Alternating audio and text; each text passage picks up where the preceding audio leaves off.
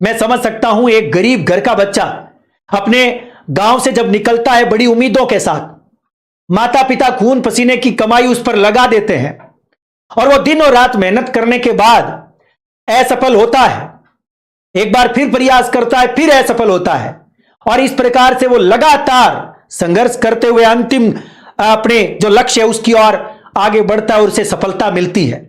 उस सफलता का स्वाद बड़ा ही निराला, बड़ा ही स्वादिष्ट और बड़ा ही, मैं कहता हूं, मन को मोहित करने वाला होता है। जीभ के जो स्वाद है उसको 4 गुना कर देता है। मैं समझ सकता हूं, लेकिन जब बीच में बाधाएं आती है, 6 साल, ये 2019 की भर्ती थी, ये 2020 में इंटरव्यू हो जाने चाहिए थे। बाद में मैं कह रहा हूं कुछ बाधाएं आई, जिन लोगों ने हमारी भर्ती को कोर्ट में अटकाया, मैं कह सकता हूं हम कोर्ट में लड़े हैं। दोस्तों मैं एक बात बताऊं, मैं रात को आपको पढ़ाता था, दिन में मैं कोर्ट में रहता था। जज ने यहां तक बोल दिया मुझे, ये बहुत ही गौर करने की बात सुनो आप, राजस्थान हाईकोर्ट जयपुर के जज ने मुझे एक बात बोली थी, क्योंकि एक दिन मैं खुद प्रेजेंट हो गया था हमारे केस में, तो मुझे जज साहब ने बोला क्यों ने LLB आप ही कर लो। ये बात 2020 के लास्ट की है, यानी एक प्रकार से दूसरे कोरोना आने से पहले मुझे जज साहब ने क्या बोला कि आप ही LLB कर लो ताकि आप अपने वकील बन जाओ। मैंने बोला जज साहब आपका जैसा आदेश है वैसा ही होगा, और मैंने 3 साल में LLB भी कर ली। जब LLB करने के बाद मैं फिर से कोर्ट में गया तो अगली बार कोर्ट में जज बदल गए, क्योंकि रोस्टर चेंज होते रहते हैं। और ईश्वर की कृपा मानो कि 2022 से लेकर 2023 भी चला गया, 24 भी चला गया, और 25 के अंदर मार्च में हमारे पक्ष में फैसला आया।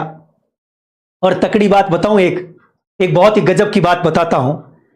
जुलाई और अगस्त में, जुलाई के अंदर आपको याद होगा कि मैं 9 जुलाई को दक्षिणी कोरिया और सिंगापुर की सम्मेलन में हिस्सा लेने गया था। उस दौरान इसी भर्ती के इंटरव्यू चल रहे थे और मैं RPSC में जाके आया था, और मैंने RPSC में बोला कि मैं इस प्रकार से इंटरनेशनल कॉन्फ्रेंस में जा रहा हूं, यदि मेरा इंटरव्यू इन्हीं डेट में आ जाए तो आगे कर देना। सचिव साहब ने मुझे एक बात बोली थी, मैं रामनिवास जी मेहता सर का धन्यवाद ज्ञापित करना चाहता हूं, RPSC सचिव। उन्होंने मुझे बोला कि आप इतने बड़े मंच पर जा रहे हैं, हमारे देश का नाम रोशन करेंगे, हमारे देश का प्रतिनिधित्व करेंगे, और ऐसे युवाओं की हमें सख्त आवश्यकता है। यदि आपका चयन हुआ है और आप 28वीं वर्ल्ड कांग्रेस में जा रहे हैं तो हमारे लिए गौरवान्वित कराने वाला विषय है, आप जाइए, आपका इंटरव्यू आगे करा देंगे। मुझे यह बोला, मैं सचिव साहब का धन्यवाद करता हूं। और 6 अगस्त को मेरा इंटरव्यू था, और इंटरव्यू में कौन व्यक्ति मेरे सामने, मैं उसका नाम आपके सामने उजागर नहीं करूंगा, मैं उनका भी धन्यवाद इसलिए दे रहा हूं कि उन्होंने इंटरव्यू मेरा लिया।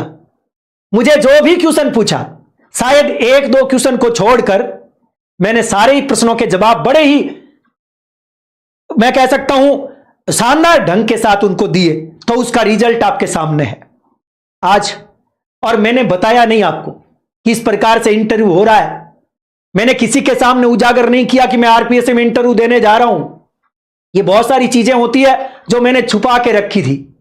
कहते हैं कि छुपा करके रखो, समय आने पर सबके सामने दे दो, स्वाद ही कुछ और होता है, उसका मिठास ही कुछ और होता है, उसका रंग रूप सब बदल जाता है, उसके भाव बदल जाते हैं। यदि मैं उसी दिन आपको बता देता कि मेरा आज इंटरव्यू है, तो आज ये स्वाद नहीं आता, आज आपके कमेंट्स इस प्रकार से पढ़ने का मजा नहीं आता।